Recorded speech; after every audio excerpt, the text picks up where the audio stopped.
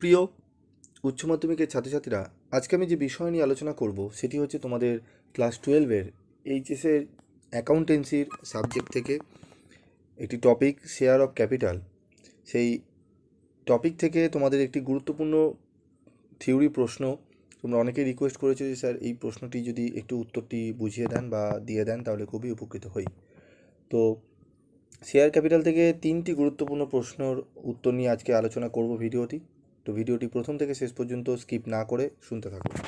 তো প্রশ্নটি হচ্ছে সংরক্ষিত বা সঞ্চিত মূলধন, সঞ্চিতি মূলধন ও মূলধন সঞ্চিতির মধ্যে পার্থক্য। Distinction between reserve capital and capital reserve. তো এর মধ্যে কি পার্থক্য রয়েছে সেটি আমরা দেখব। দেখো, সঞ্চিতি বা সংরক্ষিত মূলধন, রিজার্ভ ক্যাপিটাল। সঞ্চিতি মূলধন হলো বিলিখিত মূলধনের অতলবী অংশ যা কোম্পানির অবসায়নের সময় ছাড়া অন্য সময় তলব করা হয় না। মূলধন সঞ্চিতি হলো এমন সঞ্চিতি যা মূলধন জাতীয় মুনাফা থেকে সৃষ্টি হয়।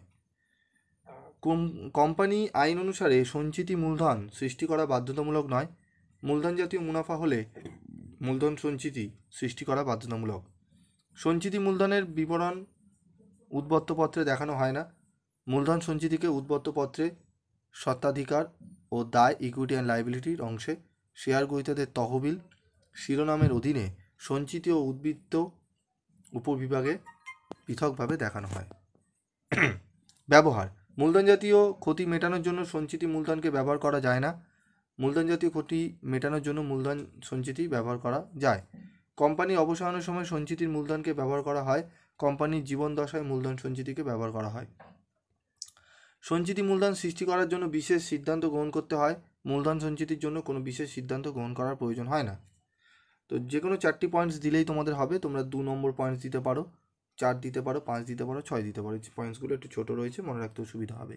তো 4টি পয়েন্ট দিলেই তোমাদের 4 নম্বরের প্রশ্নের জন্য এনাফ, ঠিক আছে? বাড়তি বেশি পয়েন্ট লিখে লাভ নেই। লিখলেই যে নাম্বার বেশি পাবে তারও কোনো কথা নেই। তাই 4টি পয়েন্ট দিলেই যথেষ্ট। সাধারণ শেয়ার ও অগ্রাধিকারযুক্ত শেয়ারের মধ্যে পার্থক্যটা দেখে নাও তোমরা।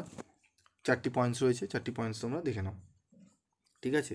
উত্তরগুলো একটু ভালো করে তোমরা করে নিও। কোনো রিকোয়েস্ট করেছিলে তাই জন্য আমি তোমাদের সামনে উত্তরগুলো তুলে ধরলাম, দেখে নাও।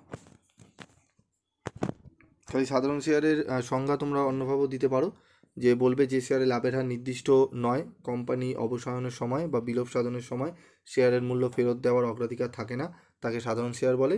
যে শেয়ারে লাভের হার নির্দিষ্ট বা লভ্যাংশের হার নির্দিষ্ট এবং কোম্পানি বিলোপ সাধনের সময় শেয়ারের মূল্য ফেরত পাওয়ার অগ্রাধিকার থাকে, তাকে অগ্রাধিকারযুক্ত শেয়ার বলে, ঠিক আছে? এই ধরনের শেয়ারের ক্ষেত্রে লভ্যাংশের হার নির্দিষ্ট নয়, এই ধরনের শেয়ারের ক্ষেত্রে লভ্যাংশের হার নির্দিষ্ট। কোম্পানির ক্ষেত্রে এই ধরনের শেয়ার বিলি করা আবশ্যিক, ঠিক আছে? অগ্রাধিকারযুক্ত শেয়ার বিলি করা আবশ্যিক নয়। এই ধরনের শেয়ারের মালিকগণ প্রতিষ্ঠানের পরিচালনায় অংশগ্রহণ করতে পারেন, অগ্রাধিকারযুক্ত শেয়ারে করতে পারেন না, ঠিক আছে?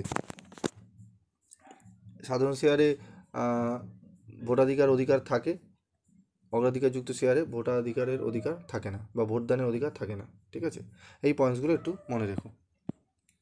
অগ্রাধিকার অধিকারে শেয়ার বিলি বলতে কী বোঝো? শেয়ার বাজেয়াপ্তকরণ কী? এই দুটো প্রশ্ন উত্তর গুরুত্ব সহকারে দেখে নাও। খুবই গুরুত্বপূর্ণ প্রশ্নটি, আসার সম্ভাবনা রয়েছে, তাই এই প্রশ্ন দুটো ভালো করে দেখে নেবে। আজকের মতো ভিডিওটি শেষ করছি। পরবর্তী ভিডিওতে আমি আরও কিছু অ্যাকাউন্টসের তোমাদের ভিডিও নিয়ে আলোচনা করব, অন্য চ্যাপ্টার নিয়ে, ঠিক আছে? আজকের মতো এটুকুই, দেখা হচ্ছে পরবর্তী ভিডিও ক্লাসে।